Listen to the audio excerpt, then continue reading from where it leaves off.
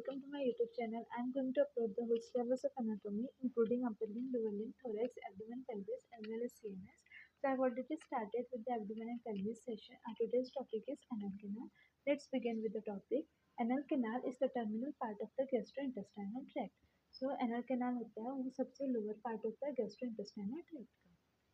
B lie करता है in the anal triangle में between the right and left external fossa. ये anal canal है. इसके राइट एंड लेफ्ट में डिप्रेशन होता है जिसको ईस्टर्नल फोसा बोलते हैं. ये एक्सटेंड करता है from the anorectal junction between the anus and the rectum to the anus. It has surrounding and surrounded by outer voluntary sphincter and inner involuntary sphincter. Outer voluntary sphincter that we can control our feces. Inner involuntary sphincter, the waste products get collected into the anal canal when we get the call of nature. So inner sphincter is involuntary, we cannot control it. But outer sphincter is voluntary sphincter, we can control. Dimensions: anal canal is 3.8 cm long. Anorectal junction is marked by the perineal flexure of the rectum and lies 2 to 3 cm in front and slightly below the tip of coccyx. So anorectal junction, the junction between anus and rectum, is marked by perineal flexure of colon of rectum के perineal flexure से, and it lies 2 to 3 cm in front and slightly below the tip of the coccyx. Now anus is the surface opening. जो anal canal है उसका जो opening है, surface opening is anus, which is situated 4 cm in front of the tip of the coccyx and in cleft between the two buttocks. Now relations: anterior and posterior. In anterior relation in both the sexes, it is related to perineal body. In male, membranous urethra and bulb of penis. In female, lower end of the vagina. Posteriorly, anococcygeal ligament and tip of the coccyx. Laterally, in the ischianal fossa, and it is all round surrounded by the muscle sphincter. Now, the interior of the anal canal. It is divided into three parts: upper, middle, and lower. So, upper muscular cord, which is 15 mm long, middle muscular cord is also 15 mm long, and lower is 8 mm long. As we can see in the diagram, this is upper muscular cord, middle muscular cord, and lower muscular cord. So, upper muscular cord, which is lined by the columnar epithelium, it has 6 to 10 vertical ridge called as anal columns. These are anal columns, 6 to 10 vertical ridges, and the lower end of the anal column is united by short transverse fold called as anal walls. These are anal walls. Short transverse fold, these are called as anal wall. An anal wall has depression, this is called as anal sinuses. So these are anal columns, this is anal wall, and these are anal sinuses. Now anal wall together form the transverse line called as pectinate or dentate line. They form a transverse line which is called as pectinate line or a dentate line. These walls, anal wall forms the transverse line जिसको हम pectinate line भी बोलते हैं और dentate line भी बोलते हैं. Now anal wall shows the epithelial projection जिसको anal papilla बोलते हैं.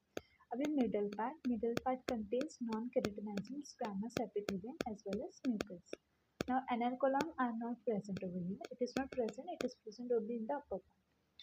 Now it has a mucosa bluish appearance with due to dense venous flexus. बहुत ज़्यादा veins होने के वजह से इसका जो mucosa है वो bluish color का दिखता है.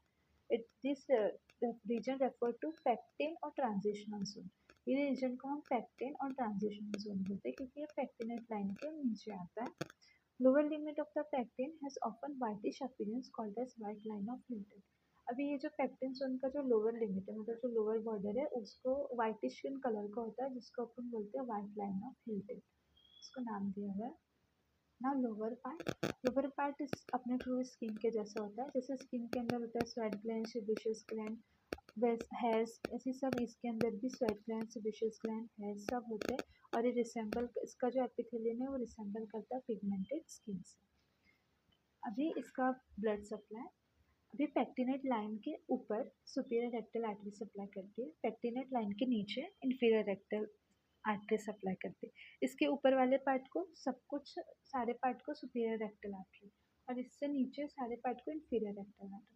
वेनस सप्लाई ये कम्युनिकेट करता है एनल कैनाल दोनों वेन से, internal and external rectal venous plexus, दोनों वेनस प्लेक्सस से कम्युनिकेट करता है. कैसे दोनों वेनस प्लेक्सेस वेन ड्रेन्स करती है इंफीरियर वेना कवा में। पहले तो internal rectal venous plexuses drain करते हैं सुपीरियर रेक्टल वेन में, दो inferior mesenteric vein, splenic vein portal में जाके ड्रेन करेगी इंफीरियर वेना कवा में। अभी ये वाला एक्सटर्नल रेक्टल वेना प्लेक्सेस जो वेन ड्रेन करता है इंफीरियर रेक्टल वेन में, फिर इंफीरियर प्यूडेंटल वेन, फिर internal iliac vein, common iliac vein and then inferior vena कवा।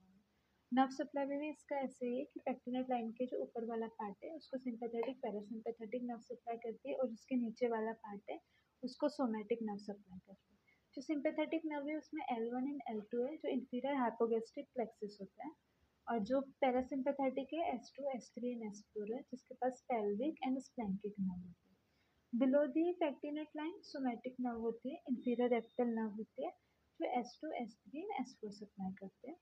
इंटरनल स्फिंक्टर जो कॉन्ट्रैक्ट होता है बाय द सिंपैथेटिक नर्व से और रिलैक्स्ड होता है बाय द पैरासिम्पैथेटिक नर्व से। एक्सटर्नल स्फिंक्टर को इंफीरियर रेक्टल नर्व सप्लाई करती है और perineal branch of fourth sacral nerve supply करते हैं। जिसका क्लिनिकल एनाटॉमी पाइल्स और हेमोरॉइड्स, जिसको हम हेमोरॉइड्स भी बोलते हैं, बहुत कॉमन है ये क्या होता है? इंटरनल पाइल्स और true piles are the saccular dilatations of the internal rectal venous plexus. ये कुछ नहीं होता, ये सेक्युलर डायलिटेशंस होते हैं। सेक्युलर मतलब ऐसे शेप के, एबनॉर्मल डायलिटेशंस हो जाता है किसके? बहुत सारे वेन्स के। जो इंटरनल रेक्टल वेनस प्लेक्सस है ना, उन वेन्स वेनस प्लेक्सस में सारी वेन्स में ऐसे ऐसे सेक्युलर डायलिटेशंस हो जाता है। दे अकर अबव द पेक्टिनेट लाइन के ऊपर रहते हैं and therefore are painless, इसलिए ये painless है। So this was all about the anal canal. I hope you understood the topic. If there is any query, do comment in the comment section, and if you want more videos like this, subscribe to my channel and follow it. Thank you.